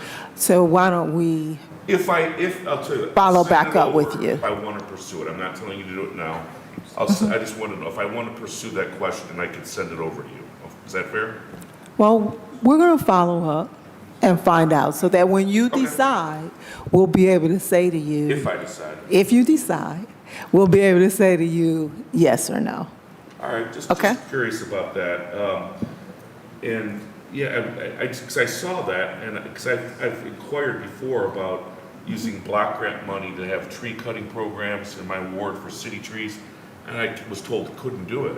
And so then I'm kind of, that's why it perks my ears that you are doing it. So I'm like, why can you use some black grant money to do certain activities, but the city's not allowing me to direct more block grant money to do those same activities. So that's. Councilman, allow us to get clarity, because there could be some points at reference here that we're not clear about that may be changing the answer on this. So allow us to get clarity and get back to you. Okay, I'm just curious. And let's see, I'm going to jump around here. And I do, at your department, I talk to your people the most, between Tamisha, Todd, and Jennifer Kipp. And it's nice to see you guys for the person for the first time. Because with COVID, you were just, especially Jennifer, people I'd talk to during storms, I'd stay on for hours with her. I'm sure she hated me because I'd drive around and tell her all the trees. And I talked to her quite a bit. And I know you guys do the best you can with what you have, and that's ultimately what Cleveland's faced with. I mean, do you have enough money to do what everybody wants? No, but you work within your budget to do the best you can. Just a couple questions.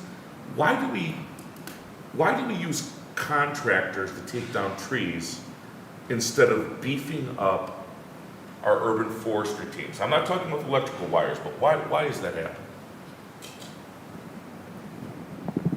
To the chair, to the councilman, we are always looking at trying to identify more opportunities. We're talking with the administration now about being able to provide more services. Part of the challenge that we have is, as with anyone else, is staffing, is being able to get everyone. At this point, we don't even have all of the personnel that we would want in our urban forestry division. We're seeking them. People are applying. We're going through interview process. But even at that point, if we were trying to beef it up, then that would present an additional challenge. But we are having conversations with the administration on how to better our service delivery. All right, and I just want to understand this, and I know things have changed, so like with the tree damage sidewalk program, that's not urban forestry, that's MOCAP, private contractors, correct? Jennifer's nodding her head. Yes. Just because you think trees, but it's not. It's sort of delineated. So, when the tree damage sidewalk, that's not urban forestry. I know urban forestry I think they just undertook the parks the parks and vacant lots where they weren't doing that before. So, like, if a contractor takes down a tree, then the contractor will come back and take care of the stump and remove the debris and plant the grass. That's all part of one contract? That's correct. All right, now, but if the city takes down the tree, in the past, you said that's changing. Are we moving towards now where contractors will take care of all of the stumps? Is that what you're saying? That's what I heard before? To the chair, no, sir, that's not what I was saying. What I was saying is, it's still the same thing. We would need, if we were to take it down, we would still utilize a contractor to address the stump. But what we have been discussing is seeing what else we can do to improve that. So we've been having discussions recently to see if there's opportunity for us internally to be able to better address it. So what you're saying is contractors take care of all stumps? If the contractor removes the tree themselves, they take care of the stump. If we remove the tree, then we would utilize a contractor to address the stump. Well, that's what I'm saying. Yes, so sir. Contractors take care of all the stumps. Yes. Well, I thought there was this dichotomy where I've seen, and maybe I misunderstood because I need to be told things many times, sometimes. When they chip the stump and there's the chips left over, I was always told if the city does it, they don't remove it, but if the contractor does it, they remove it. The challenge that, to the Is chair, that to be true? honest with you, yes. Well, then how can that happen if we're not taking care of any stumps? That's the confusion. So if you're saying all stumps are done by contractors, then how could any be being done by the city? To the chair, to the council. If we address them for whatever emergency may exist, that we do address them, we don't have the capacity. We just don't have the capacity, which is why to be able to address stumps as a routine practice. So if we do address them, we can't give the same level of restoration that a contractor would. I understand it, but why are we doing stumps at all? When is a stump an emergency? If I'll defer to Jen's office. Yeah, I mean, I'm just trying to understand. No, so if If Jennifer could come up here, you could expound. so I could hear you. Oh, okay. Can you hear me if I? No. Come on up to Take the a seat, microphone. please. Just do it for the viewing. It's just too hard. Thank you. And I'm not attacking you. This is just my way of talking. You know. Could you speak to the occasions in which we've internally had to remove stumps? Yes. To the chair, to the councilman, the occasions that we remove stumps internally with our urban forestry crews, is that? Yes. That's the question I'm That's the addressing? question. I thought I heard that the contractors do all stumps, so then I'm confused. Well, why would we do a stump? Okay, absolutely. I'm happy to address that. So through the chair to the councilman, we use our stump grinder to grind stumps if there is a request from Division of Water, for example, where they need an emergency removal of a tree to reach the water shutoff valve, which is unfortunately under the tree. So that's a case where we would do the grinding ourselves, or water pollution control has some sort of emergency. So we get those requests from other departments, and then that is when we would deploy our stump grinding crew. Oh, okay, I get it. So it's the emergency with a stump is when it's something with sewers or water or something like that, and then that's why there's that different treatment there. Okay. That's correct. Sure. And I'm just trying to remember, and I'm not putting this in, this is just a question.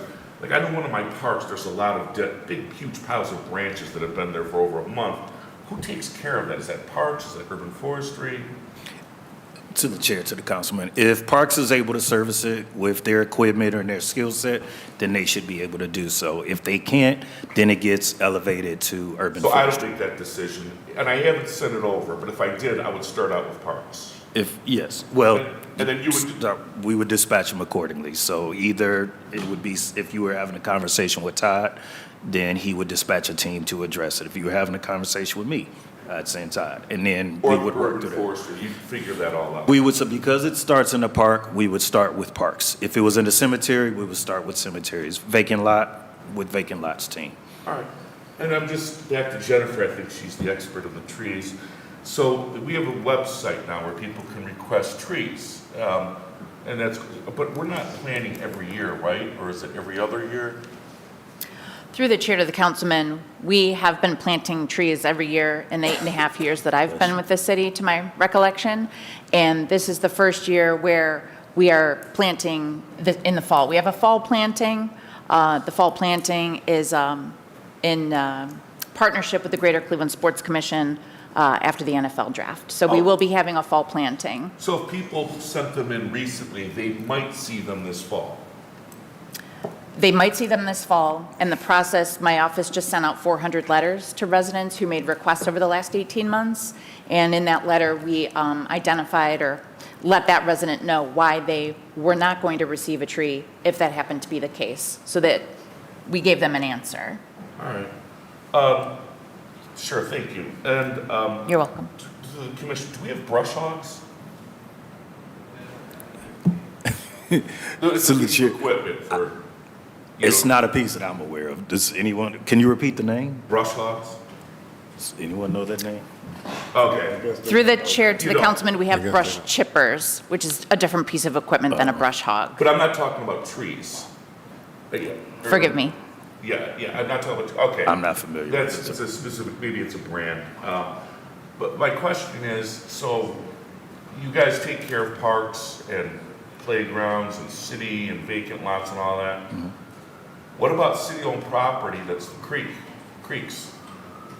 Creeks. We have creeks on the west side, it's city-owned property, city lots.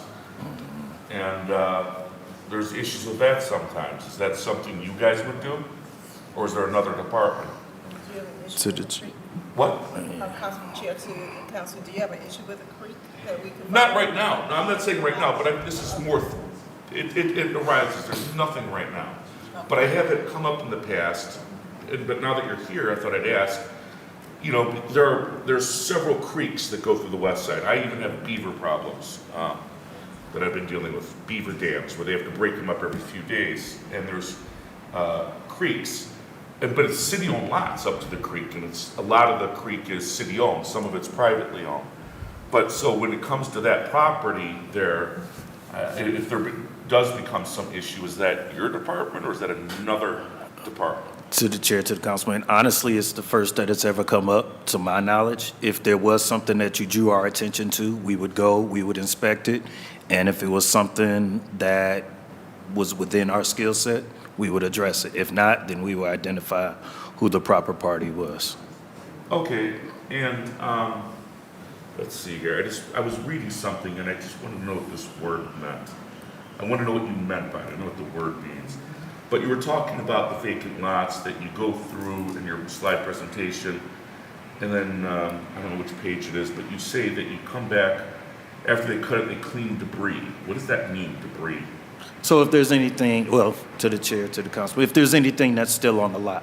So let's say, for example, and I was explaining, I believe, earlier, that the time between we cut it, when the You're talking tractor about cuts trash. it, correct. You're not talking about logs, dead trees, things like that.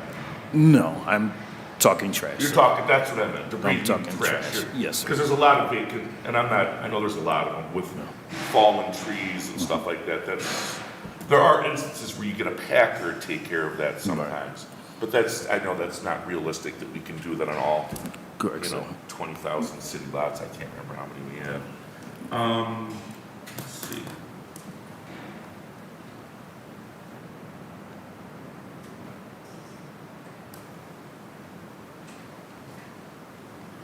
I think those are my questions for now. I got some of your numbers, so I thank you. Thank you for all of your. And listen, I'll send that block grant. I'll send it over if I want. I just was curiosity. I saw that, so I don't. If I have to ask a question, I'm not sending you guys running around to do this unless I send a formal request. So, thank you. All right, thank you, Councilman Mooney.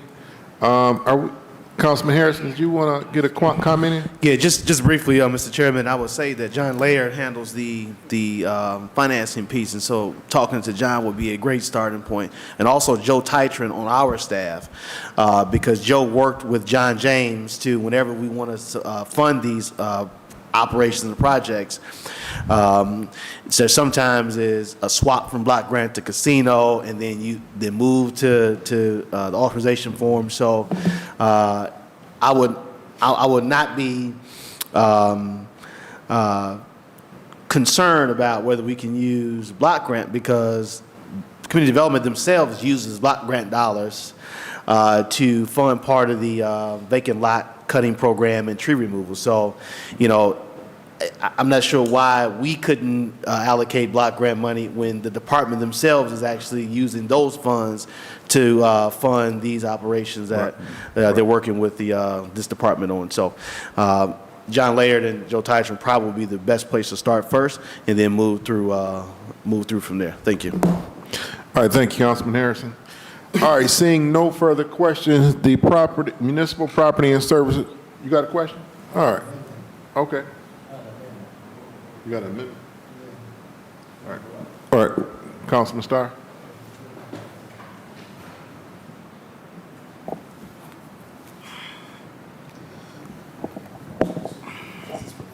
Yeah. Oh, there. I'm good. You're good. All right. All right, seeing no further questions, the Municipal Service and Property Committee is hereby adjourned. I want to thank everybody for coming. We really appreciate this presentation.